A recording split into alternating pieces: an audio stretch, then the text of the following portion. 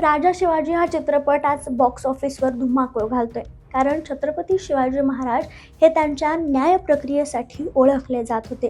ते फक्त राजा नव्हते, तर न्यायासाठी उभं राहणारं एक नाव होतं. आणि पण आता एक प्रश्न या सगळ्या निमित्तानं इथं पडतोय, की आपण पडद्यावर त्या न्यायाचा गौरव करतो, मात्र अस्तित्वात, वास्तवात खरंच न्यायव्यवस्थेमध्ये काय चाललंय? मी बोलते नसरापूरमध्ये जी काही घटना घडली त्याच्याबद्दल. म्हणजे नसरापूरमध्ये जी घटना घडली, एका 3-3.5 वर्षाच्या चिमुरडीवर जे काही झालं, तिची हत्या करण्यात आली.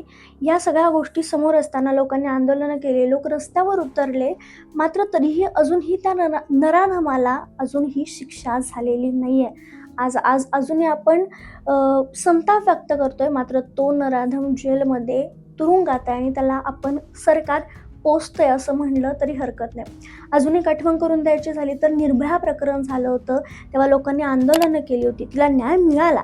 मात्र घटना घडल्यानंतर 8 वर्षांनी त्या नराधमांना फाशी देण्यात आली. एक आकडेवारी सांगायची झाली तर त्यानंतर आज 6 वर्ष होत आहेत. 2020ला त्या नराधमांना फाशी दिली होती. 6 वर्ष होत आहेत. त्यानंतर बलात्काराच्या आरोपात गुन्ह्यात असणाऱ्या, तुरुंगात असणाऱ्या एकाही आरोपीला आजपर्यंत बलात्काराच्या ह्याच्यात फाशी झालेली नाही आहे. हे दाहक सत्य. हीच फक्त नसरापूरची नाही, यानंतर पुण्यात झालेली पर्वतीमधली घटना असो, यापूर्वीची मालेगावमध्ये झालेली असो, भिवंडीमध्ये असो, साताऱ्यामधली असो, या अशा अनेक घटना आहेत. आणि या समोर दिसल्या की अंगावर अक्षरशः काटे यायला लागतात. मग अशा या घटनांमध्ये आरोपींना शिक्षा कधी होणार आहे?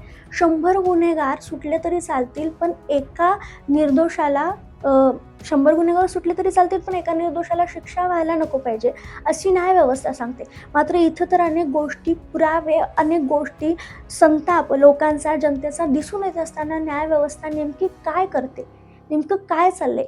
मग पडद्यावर फक्त जय जयकार करायचा, पडद्यावर सगळ्या गोष्टी बघायच्या आणि सगळ्या गोष्टी सोडून द्यायच्या, असं हे काम चाललंय का? कधी न्याय मिळणार आहे या सगळ्या पीडितांना?